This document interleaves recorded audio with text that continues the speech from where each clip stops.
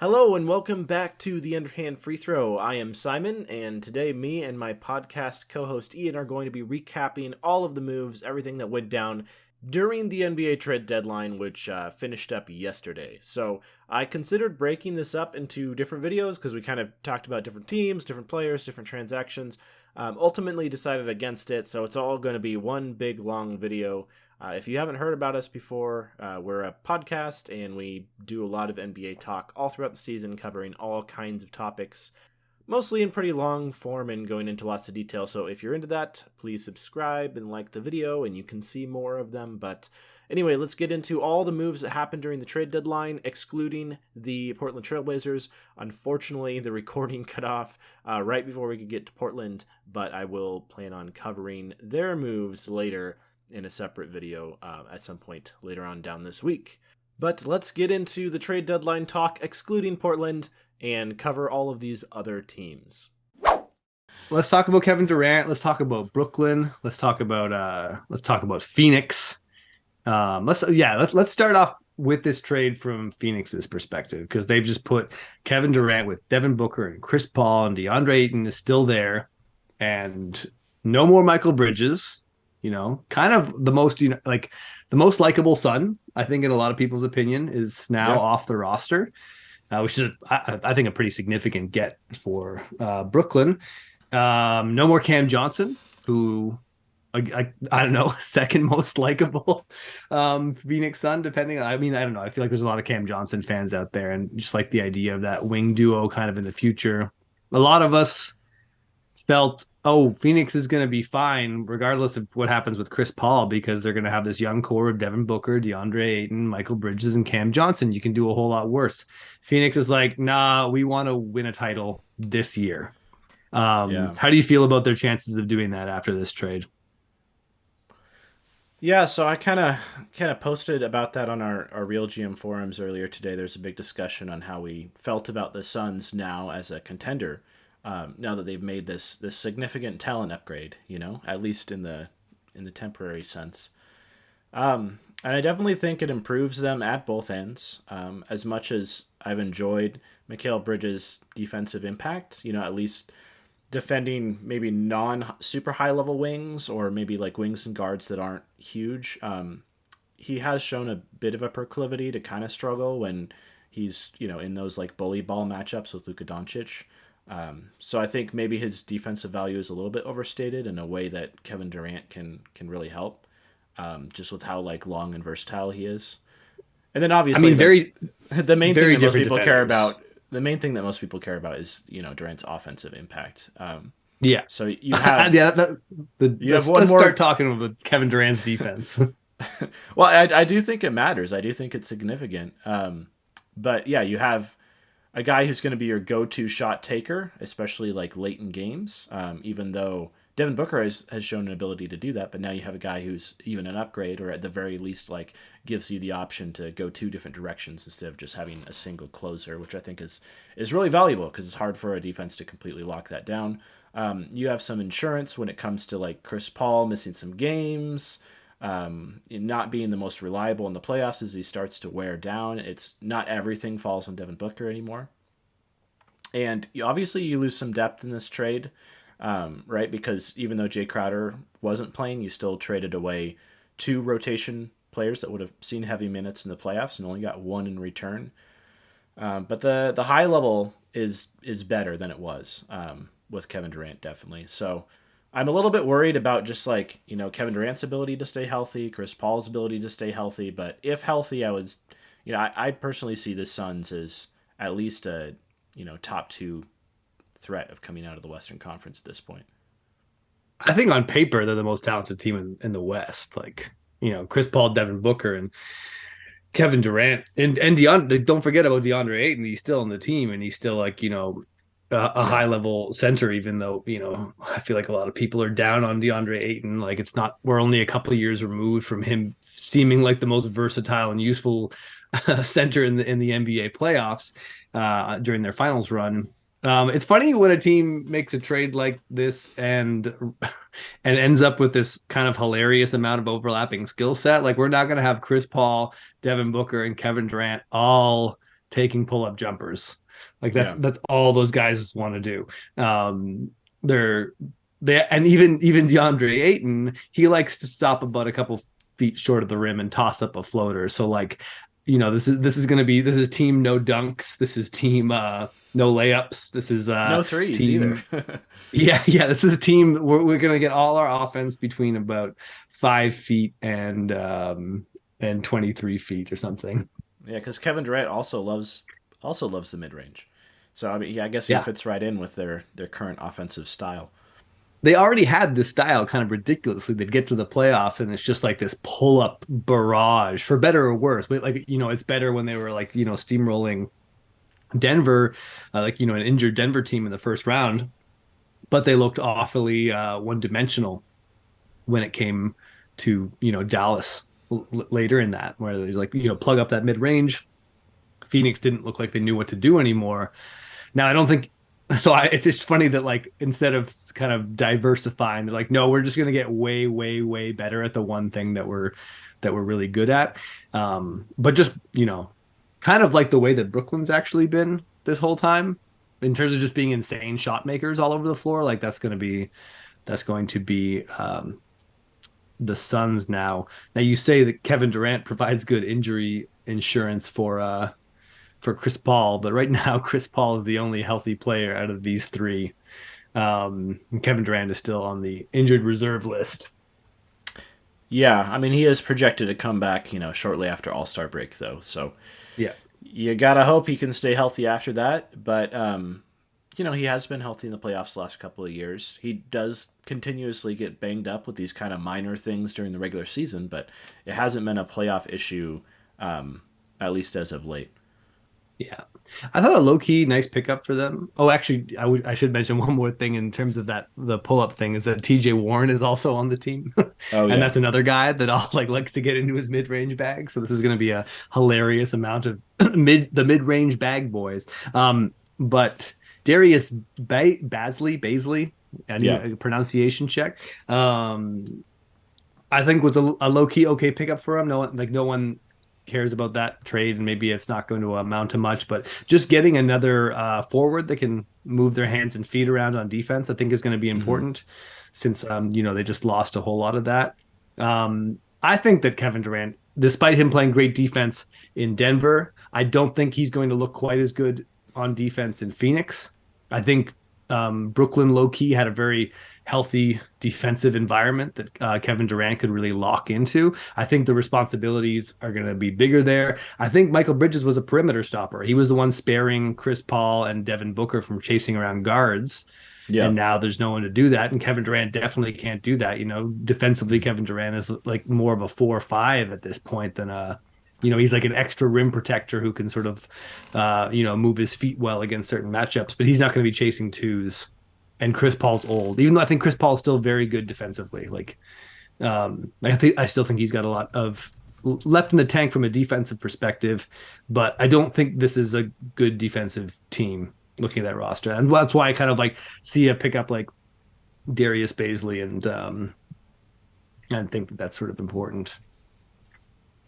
Yeah, they definitely need someone who can D up against wings because Dario Saric, that's not really his specialty. So I think Baisley's going to be big, and you may be right. They may struggle to defend the perimeter. I also see that being their biggest weakness. Although I do think Devin Booker isn't exactly a slouch in that regard anymore, like he was early on in his career. But you don't necessarily want his defensive assignment to be like, you know, a really difficult to guard offensive player either, because you kind of want to be able to save some of it for the offensive end. Although, I mean, maybe with Kevin Durant too, that's another source of redundancy where Devin Booker can take a few less shots, expend a bit less energy offensively, and save more of it for the defensive side of the floor.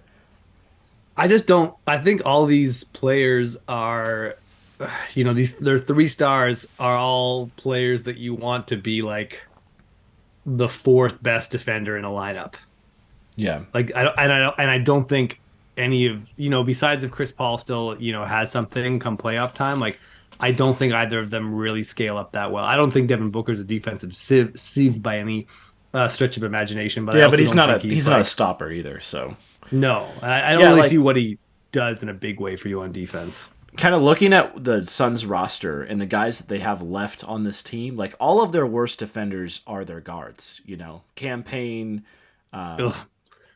Chris Paul when he's not 100% healthy, Shamit, Damian Lee. You know, like they really don't have a guy who can necessarily like guard a true one Yeah. very effectively. So it may just be a lot of switching screens and hoping you can just like bump the ball handler a little bit to throw them off their rhythm so they don't get clean dives to the basket. But at the very least, you know, Kevin Durant does help out quite a bit at protecting that rim when guys do get past the first line of defense.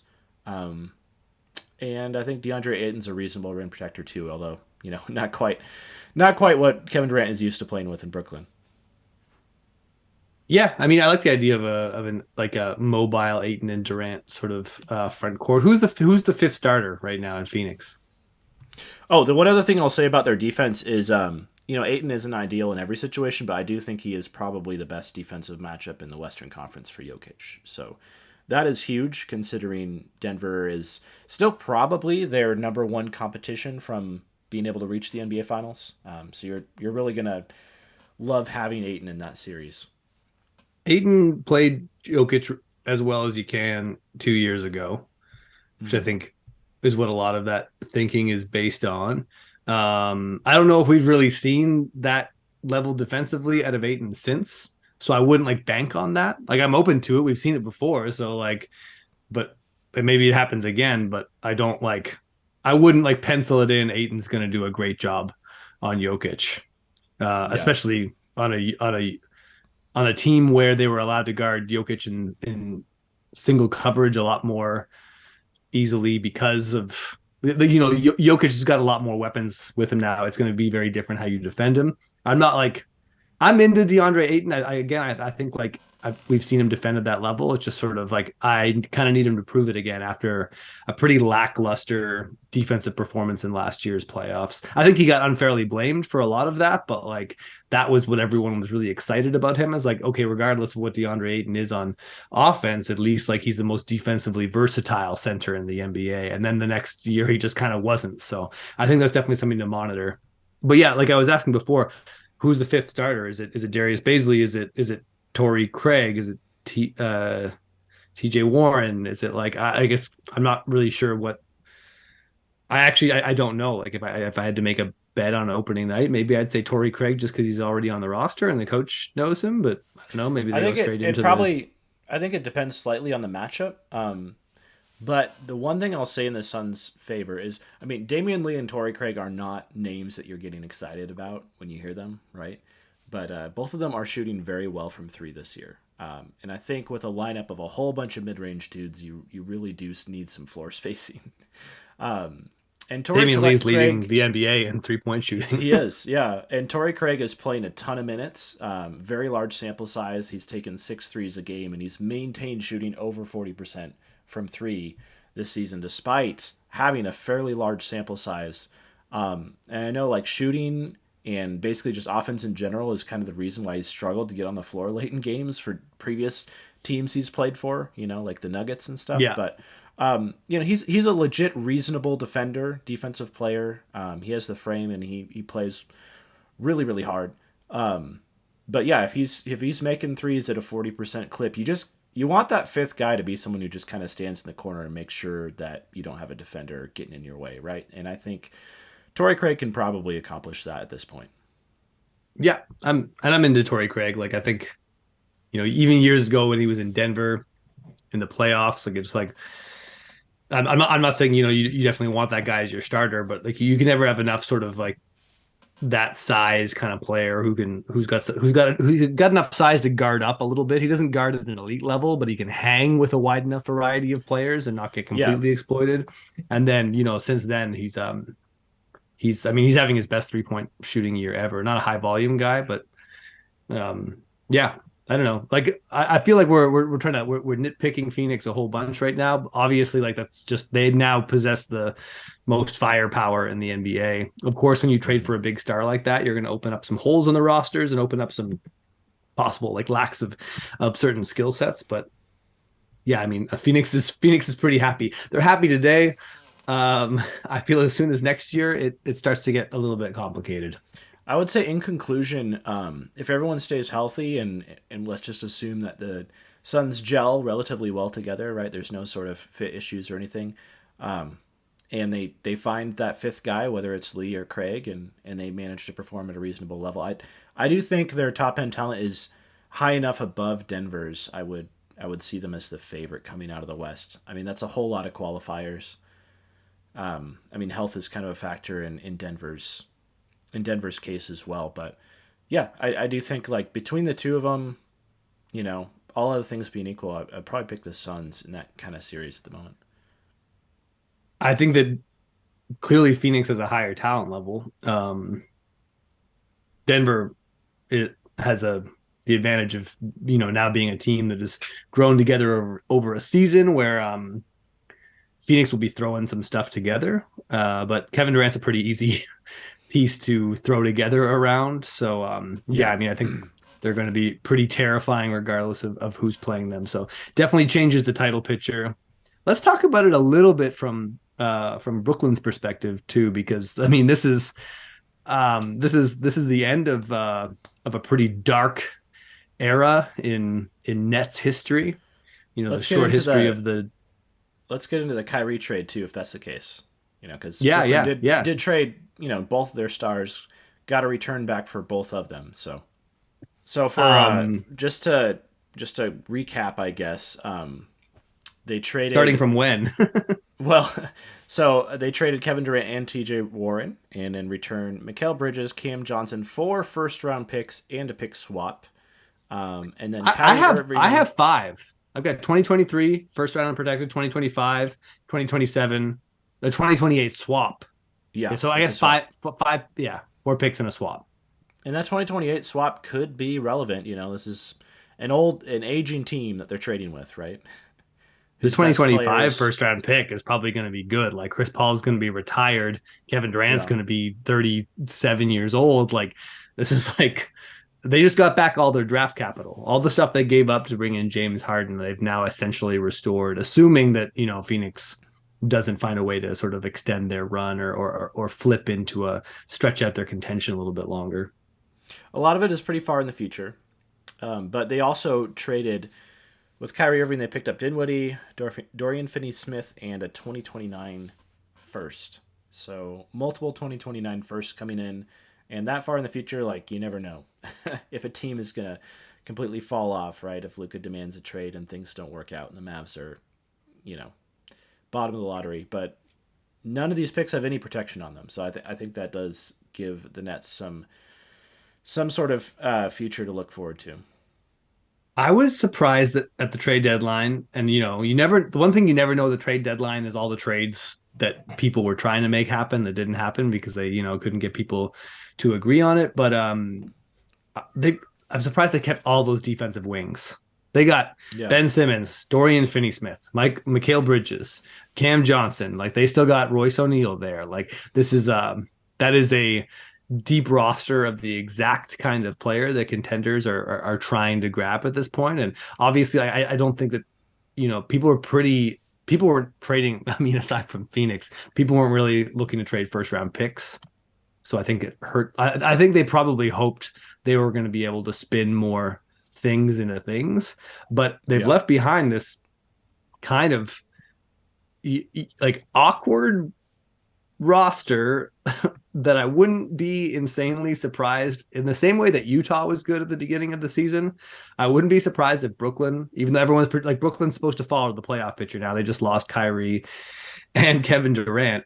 But they've got this kind of elite defensive roster now. Again, like Royce O'Neal, Nick Claxton, Ben Simmons, Dorian Finney-Smith. They've got some all defensive candidates up and like that's so many like really elite tier defenders, and yeah. they're not complete. Like they don't have an offensive star, but they do have some offensive players. in terms of, they've got Seth Curry. They've got who else there can like still shoot. Maybe I'm Cam overstating that like a Thomas. little bit, but Cam Thomas absolutely ready to Cam Thomas's dream is like just get everyone out of here except for defenders and give me the ball. Yeah. Like he's a happy man right now. It's This the is a good time modern to be Cam AI. Thomas. Yeah. um so like they've got shooting, they've got some attackers, and they've got a joke amount of defense. They're kind of like Yeah. they're sort of like a bad impression of the Toronto Raptors right now. Or like, not a bad impression, a normal impression. It's the Raptors if you turn Siakam into Simmons or something like that. I think they could, again, like the same way like that Utah surprised the league by just being this all out offensive force with some functionality. Like I wouldn't be surprised if Brooklyn just hung around the playoff picture. They're like 30 and 26 right now, 32 and 22. Yeah, they're So 10 they got a games bit over they got a bit of a 500. cushion. Yeah, so I mean, I don't know. What if they just morph into a defensive juggernaut that does just enough on offense to like not lose a bunch of games? I thought for sure they'd, be moving one of those wings, being able to turn one of those wings into another first round pick. They can do it in the What? offseason, but right now that's a collection. The ones that aren't expiring, they can in the offseason. But I would say, I think the Nets are being a little bit slept on. I don't think they're going to drop out of the playoff picture. I do still see them as a team making the playoffs. I don't think they're going to maintain their current, standing, but 7 or 8 seed, like I could definitely see that. And I just think the most obvious thing that they're missing, and the thing that it's easy to write them off because, is they don't have a really obvious like playmaking hub. Spencer Dinwiddie is a guy you'd prefer to be your backup playmaker, not your guy that you're relying on to do that. But like this should be one of the best defenses in the NBA moving forward, providing that Brooklyn's still invested in trying to win as much as possible, and they don't control their own picks, so I don't see why they wouldn't be. Yeah, But they want to be the plucky team of the second half of the season. if this Cam Thomas thing is real and he's a legit high level shot maker, they have three pretty good offensive players, because I don't think we can write off Cam Johnson, who did recently return from injury, but he's had some monster offensive games since coming back. So I think with him, Dinwiddie, Cam Thomas, and just like a whole bunch of shooters, like they're not going to be an amazing offense, but I mean they're going to be able to score enough to keep up with teams that they're shutting down on the other side of the floor. So like I could definitely see them playing 500 ball or close to it from this point forward. Totally, I agree. Let's look at without jumping to another team, let's look at what this trade deadline means for the playoff picture. Because I do think some important things have changed. We've seen a little bit of a minor shift in power from the east to the west, mostly because of Brooklyn trading Kyrie and Durant to two Western Conference teams. So Phoenix, which was feeling like they were kind of stuck in the middle, is now a big riser. Dallas, which has the exact same record as Phoenix, now just added another star level player. So you got these two kind of pseudo contenders that we were writing off, being like, that no one was expecting a deep run from either of those teams in their current states. They're now right back in the sort of contender picture. I've got questions about Dallas's defense, obviously, but like, Yeah. let's just Well, say putting don't we Kyrie. all? So you got the Clippers is another team that retooled. Um, Yeah. Golden State looks ready to make a run. Utah has dropped, I'd say, is now dropping out of the playoff picture. And of course, you have the Lakers. So you got a whole bunch of teams now kind of trying to surge either from the play-in picture into the playoff picture, or from the playoff picture into the sort of contender inner circle. That's all happening in the Western Conference.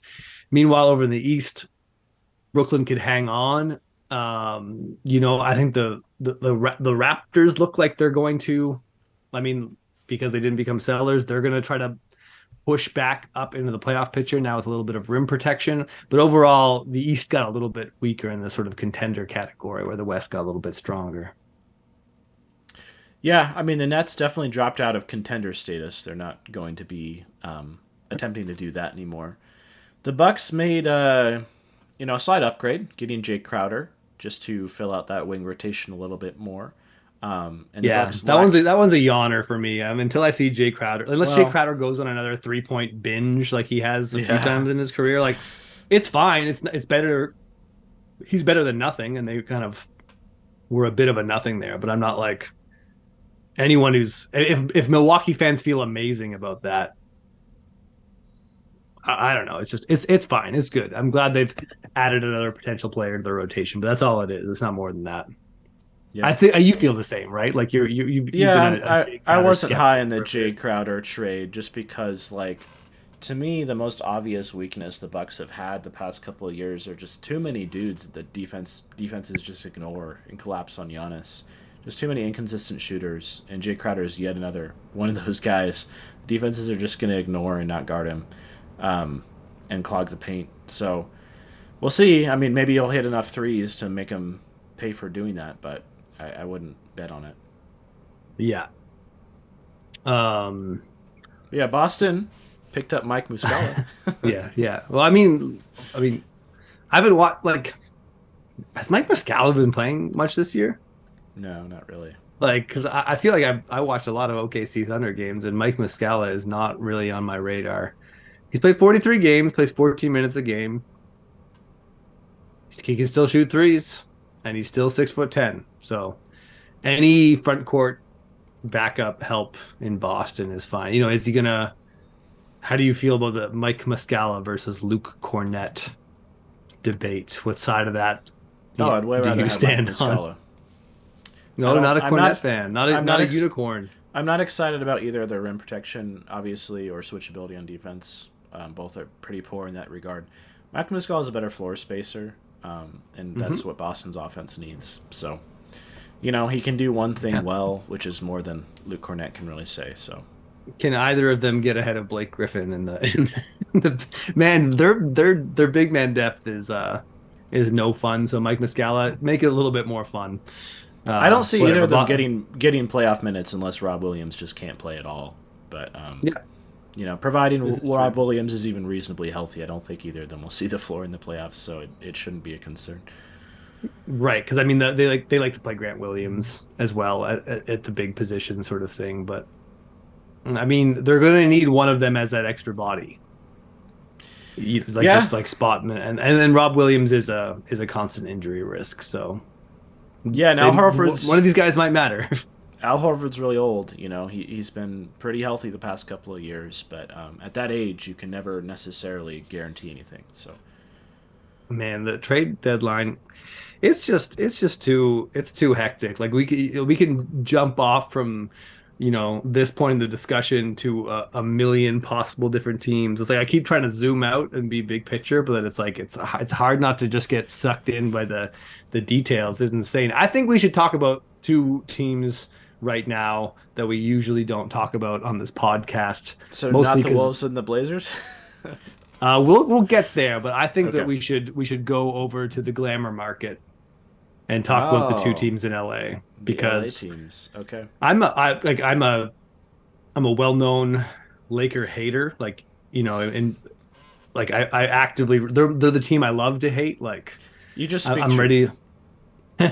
I don't like I do. I mean, like as a biased fan in this matter, I still don't try to make outrageous statements, but I can't lie and say that I'm not happy when the Lakers, except the Lakers are just annoying no matter what because if they're bad, everyone's going to talk about them all the time, and if they're good, everyone's going to talk about them all the time. So I think just like small market teams hate the Lakers, and that's just the norm. If you're a fan of a small market team, how do you not hate the Lakers? They take up all the airspace.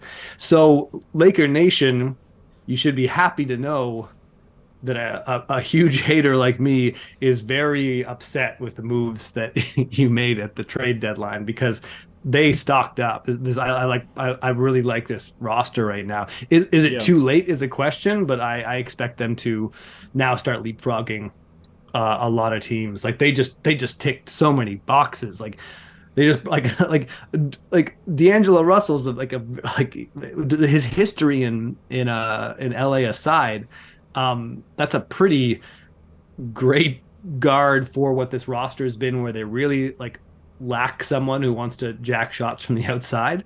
Can work on and off ball. Doesn't need to get to he's like he's kind of the opposite of Russell Westbrook in a lot of regards. And then to add another shooter like Beasley, and then to add, they just got like, all the these are all Minnesota Timberwolves, obviously, so I know them really well. But to add Jared Vanderbilt to the rotation, very much the exact kind of player, like as a weigh-in Wenyen Gabriel upgrade is just like that's massive. That's so many rotation pieces to put on a team that just really hasn't had rotation pieces all season outside of Yeah, their they just top two replaced like players. a And lot of bad players for decent or good players. yeah, I mean, the only thing I'm not sold on necessarily is swapping Thomas Bryant effectively, right, for Mo Bamba. I'm not sure that Mo Bamba is necessarily going to be playing a lot for the Lakers, but especially because you definitely do want Davis playing the center role. But you're right. They got, in my estimation, like four players that should at least see rotation minutes in the regular season. D'Lo is just a massive. Although D'Lo has his faults, clear massive upgrade over Russell Westbrook and whoever else is playing the point for the Lakers at this point. And then Malik Beasley, I think, is a pretty clear upgrade over Patrick Beverly. Uh, why is it so all Wolves players? Why like yeah, this is particular. It makes it particularly painful for this Minnesota Timberwolves fan and ardent Laker hater to be discussing all these players specifically in this context. But yeah, a little bit of pushback on what you said about Thomas Bryant. I don't think he was going to be. I don't think he's going to be playing in the playoffs for Denver. So I don't like it, and I don't think he was yeah. I don't know going if he quite has to. the mobility to really hold up in a playoff system. But I just think like I hate that trade for Denver, by the way. Geez, like the worst rim protecting team in the league adds one of the worst rim protecting centers in the NBA to be their backup. I guess they're like turning nothing into something, but it's still it's yeah. like Why what's the didn't what's the point? why didn't they go after Mo Bamba? That's Yeah, maybe what yeah. we should be asking ourselves.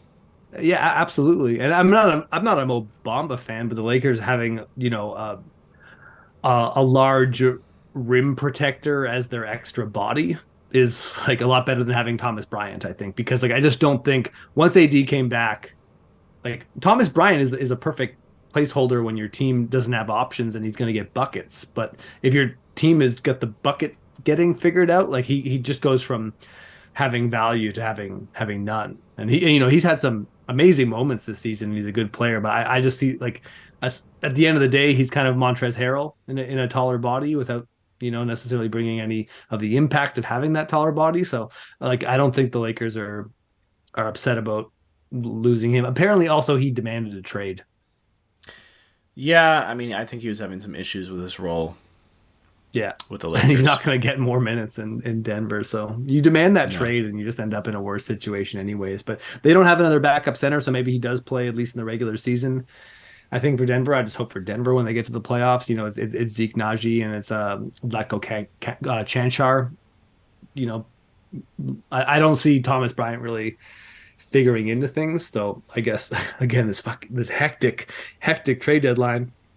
The Bones Highland trade at least gets rid of their other defensive sieve. So Yeah. now they've moved the defensive sieve from point guard to center, which I think is not great. But I'm going to say Thomas Bryant's a better defender than Bones Highland was. I think everyone's a better defender than Bones Highland. Literally everyone is a better defender than Bones Highland, It's and hard he to be basically the demanded a trade too. it's hard to be the worst defender in the league when Trey Young is playing, but Bones Highland has managed it somehow. So They only got two first round picks for Bones Highland. He was like second round, second round yeah, two picks. second round picks. Yeah, like that's a it was a really bad trade deadline for Denver. Like Yeah. in terms of like I'm surprised they couldn't turn is Bones Highland stock so low he couldn't have been sent to Brooklyn for one of these defensive wings we're talking about. It just felt like Yeah. I thought he was at least even if you're someone who doesn't think Bones Highland is amazing, you think he still had like a player that young with that kind of scoring prowess. You think you can still get a team to get more excited about him than you are. So I'm it not just like positive that for you can. I mean, a lot of the discourse about Bones Highland was that like the Nuggets sold so low and this is such a talented guy, but like here's a guy who's having real fit issues on the Nuggets, kind of refusing to adapt his game in any way to like fit into his system. And it's basically just a small score first guard who doesn't have incredible length or athleticism, gives really no effort defensively, and doesn't have the physical tools to be an impactful defender, even if he wanted to be. Like, it's just not really a valuable NBA player. Like, I'm not going to deny that there's some scoring talent there. There's some off the dribble shot creation ability, but I think when that's not paired with anything else meaningful, it just it's not a very tantalizing package at all.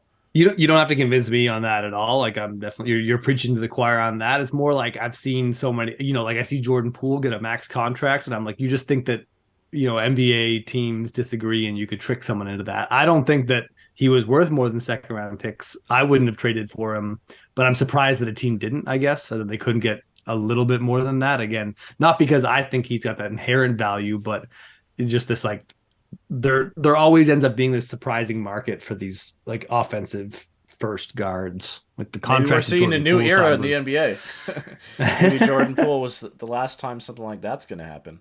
Let's talk yeah. about the team that traded John Wall. The other LA team, the Clippers. Yeah. We They got to talk about the Clippers. We never talk about the Clippers on this podcast, so it's Clipper time. Let's do it. they managed to Eric pick up Gordon, a couple Mason pieces. Eric Plumlee, Gordon.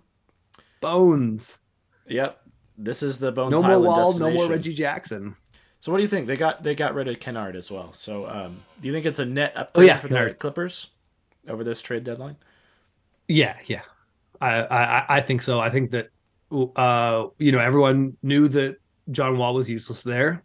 Um, Lots of people knew that Reggie Jackson was like Reggie Jackson because they needed a scorer in the playoffs 2 years ago was like being given a big role in this team, but he hasn't been doing anything for them for a while. Just like absolutely, he always just felt pointless out there on the floor. Like, what do you need Reggie Jackson for? Like, you got all these scorers, you got all these like big wings that love to shoot, and you just have a small guard that also loves to shoot. Like, what is that? He doesn't Yeah. defend, he doesn't pass. Like, what's the point? Like, anyways, like so they added a really good backup center. Like Mason Plumlee is a really good backup center. And Eric the shift Gordon, to Terrence Mann is like full time point guard as well. I think is yeah, meaningful, even though he was already on the roster. yeah, I think it's cool. I'm glad that they're like proceeding with that. Eric Gordon is on his own an Yeah, upgrade over any of the fine guys we're role talking player. about. Yeah, and we've hated too much on Bones to call him an upgrade over anything, but like they added a young piece they get to take a look at. Well, I Even mean, if if the that ends up alternative is Reggie Jackson, I think that Bones Highland can do the Reggie Jackson impression maybe a little bit better than Reggie himself could. Yeah, and they got less defensive holes on the roster. Yeah. Maybe he doesn't get. I mean, there's a solid defense with Reggie Jackson playing heavy minutes, so I don't think that would drop Yeah, off too much, even with Bones playing. yeah. Bones isn't gonna be happy because I don't. Well, I don't know. Maybe he gets played minutes there, but like I don't know. The Clippers, they didn't fix some of the main problems. I don't think they're gonna become a lot better of an offense in the. But they fixed some sort of stuff that will help them to be a more solid team in the playoffs. I think Aaron Gordon's a awesome rotation guard even at his advanced age, and they've got a backup center in case they need it. Um, and all they did was sort of trim some fat off their roster to do all that. Kennard, they just lost like their best shooter, but they're not really struggling to shoot the ball, so like I don't think he was Yeah. moving the needle enough there. No, So they're struggling to attack the rim and get free throws and stuff like that, not necessarily shoot threes. So yeah, and they didn't really fix that though. Mason Plumlee loves to dive, so at least they're like they can yeah, keep a rim diving center on the floor as long as they want. he'll soak up minutes and he's there in case you need to go big. So I think it's a worthwhile trade. Yeah, yeah. I mean, I hope they still hope that Kawhi Leonard can be that source of rim pressure for them in big games. I think that remains to be seen, but obviously he's been coming around in a big way, and that's way more important than any Clippers moves on the margins. Is just the health and performance of their two best players, and yeah, I don't know. I think the Clippers have been hanging on. They're such a weird team, like strong defense and joke offense and weird shape of the roster with all these like sort of big wings, and Robert Covington doesn't really play and Nicholas Batum doesn't really It was play, so and weird like how they extended both those guys for like not a nothing, right? not huge Mm-hmm. contracts, but I think like Covington was like 2 years, 30 million in that range, and then they Yeah, and they're just don't acting really get minutes ever. for like 37 and 38, but they're 32 and 34. Like Robert Covington is the same age as Paul George. Like Nick Batum's the same age as Marcus Morris. Yeah, I just don't. I don't really get it why they. I mean, maybe I'm not watching enough Clippers games, and those guys have fallen off a little bit more than either of us realized. But it still feels like I was excited about this team because of Batum and Covington. I picked this team to like I don't know be a top two team in the West because of that kind of crazy defensive depth, and it's just sort of like, no, this team's going to be only pretty good on defense and just jokes on offense. So, yeah. but Eric yeah, Gordon I mean, adds more reliable floor spacing. I think that's important. Bones at least adds a new dynamic to their offense. I don't know if he's going to play in the playoffs. Probably not. Um, and then I think Terrence Mann might actually be a more reliable playmaker than what they're currently getting out of, why their not? point guard rotations. So Well, I kind of like why that not? move for them. I guess one thing that was just confounding to me is the Raptors trade deadline. So the Raptors trade for Jakob Pertl. They give up a Yep. lottery protected first round pick for him. Apparently they're going to extend him, but he's currently on an expiring deal. And the one thing I don't really get for the Raptors is they're currently the 10 seed. They've been really struggling all season. It's still possible they sneak into the playoffs as lower seed. Could see that happening. But they just traded for a player at by far their roster's position of strength, and they still lack depth like everywhere else. Did you So just I'm not call the Did you just call the center position for the Raptors a position of strength? well in terms of like guys on the roster. They have a million Name fives, one right? center on the Raptors. Well, they have a They they traded have Kem Birch. they have a Chua. They have Achua's um, 6'8".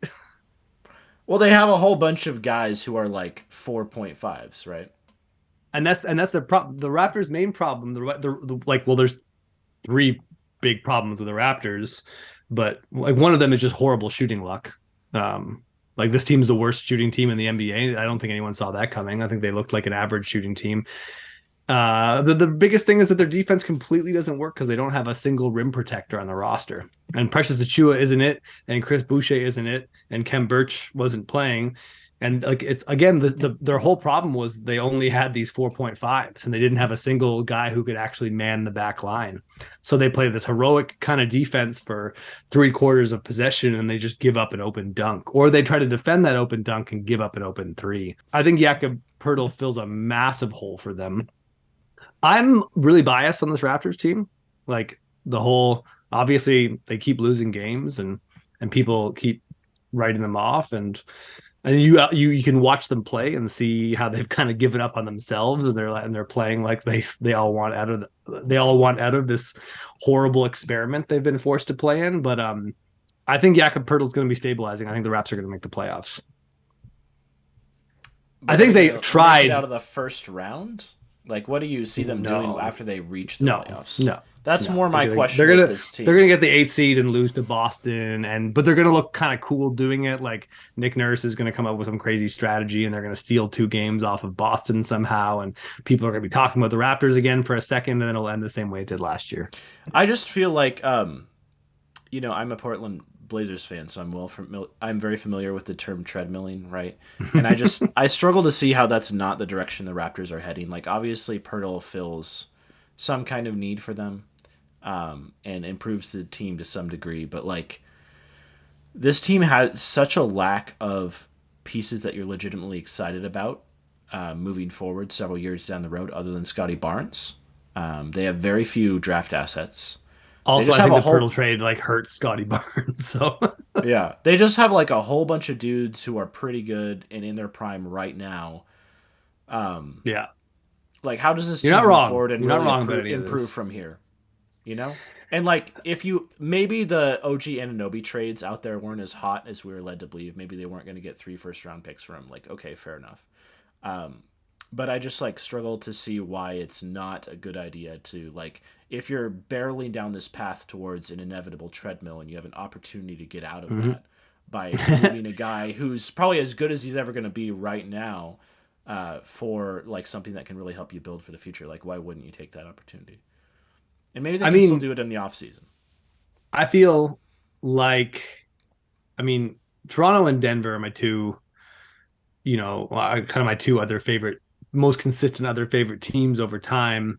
So I feel like I know Masai Ujiri better than I know any front office executive.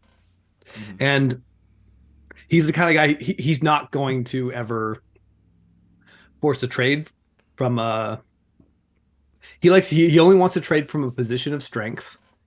Right. And when he has that position of strength and people don't rise to his asking price, he's like, fine, I'm not interested. He's not interested in like a kind of trade. So I'm sure that he went into this trade deadline being like, yeah, I'm going to trade OG Anunoby and Fred VanVleet and Gary Trent Jr.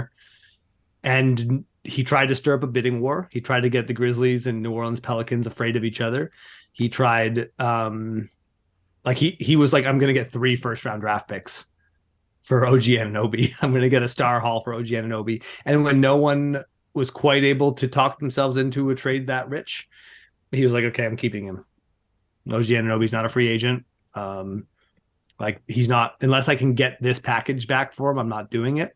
I'd rather stay like I don't really think the Raptors were going to bottom out. For everyone talks about them like they're like they're in the lottery. They're only 4 games under 500. No, I don't want Like them to they're bottom out. fine. They still have a positive net rating. I just wanted them to clear up that forward rotation a bit and get some, like picks, right? Or, You know what I think the central problem for the Raptors is that their most promising young player and their best player are the two pieces that don't fit. yeah. I think they're paralyzed by that right now because Pascal Siakam is playing at an all NBA level, even though he somehow didn't make the All Star team just now. Like, um, and Scotty Barnes is their Oh future, man. and they don't really fit.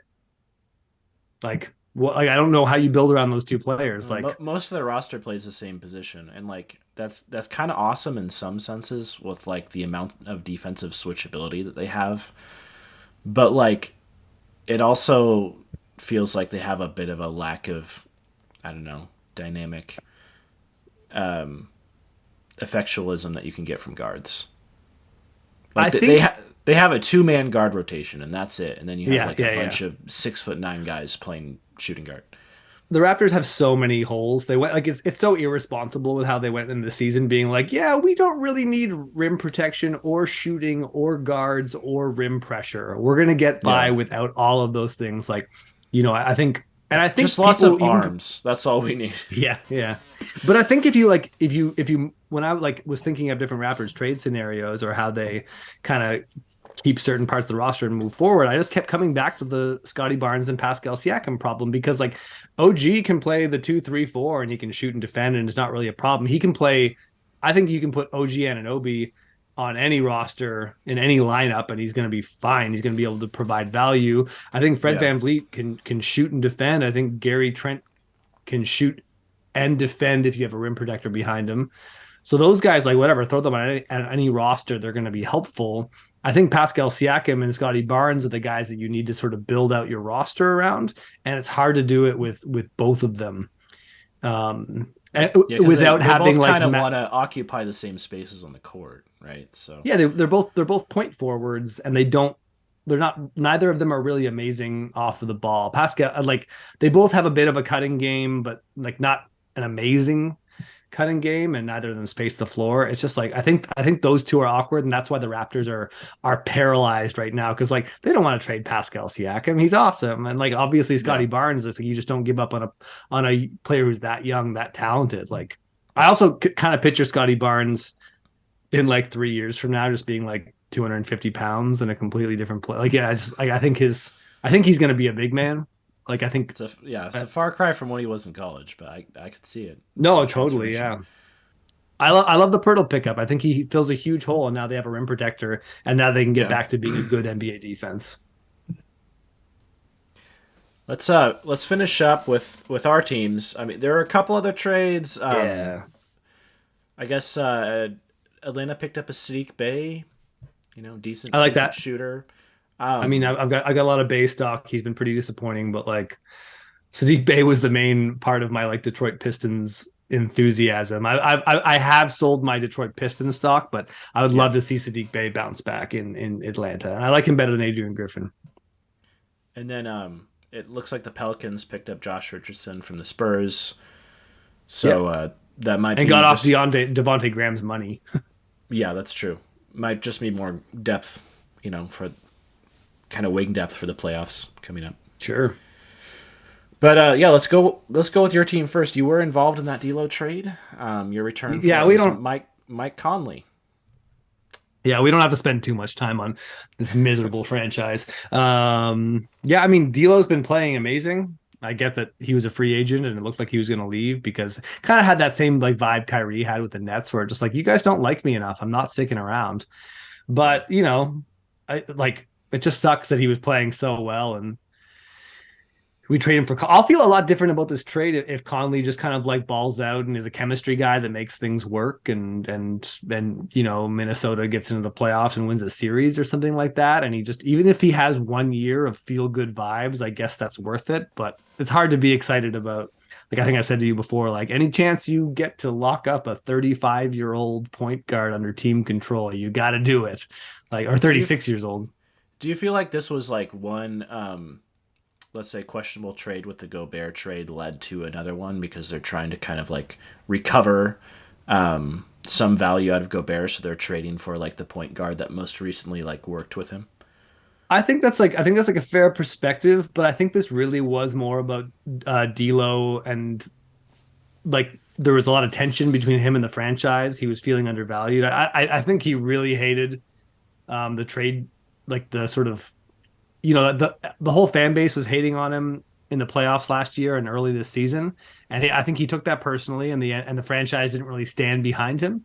I think he was already out the door, and I think the Wolves doing this trade confirms that. Like they knew he was gone, Yeah, and they knew they had to get something out of him.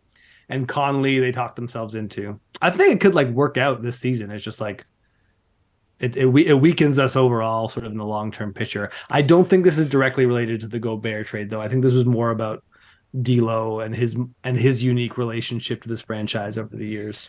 he's still pretty good at setting guys up. I mean, he's averaging a career high in assists right now. I would feel a Yeah, lot better about this trade if Towns was healthy, because think having like a spacing big man to you know, kind of shore up just like the offensive spacing and make things a little bit more free and open would help quite a bit, especially with Conley's kind of lack of burst at his current age and athletic ability.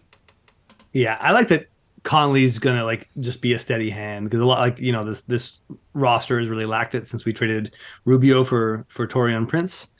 Yeah, Um, so I'm into it from that perspective. I'm not excited about it. This isn't a great trade, but it's not. It could have been worse. If we had to get rid yeah. of D'Lo, then at least I think Conley can help with a playoff push this year. So So we do love to talk about the NBA trade deadline, but we also love to talk about other NBA topics. And here's one right here. Here's another video that you can click on, and you can expect to see lots more of that in the future. Thank you for watching, and we'll see you next time on the Underhand Free Throw.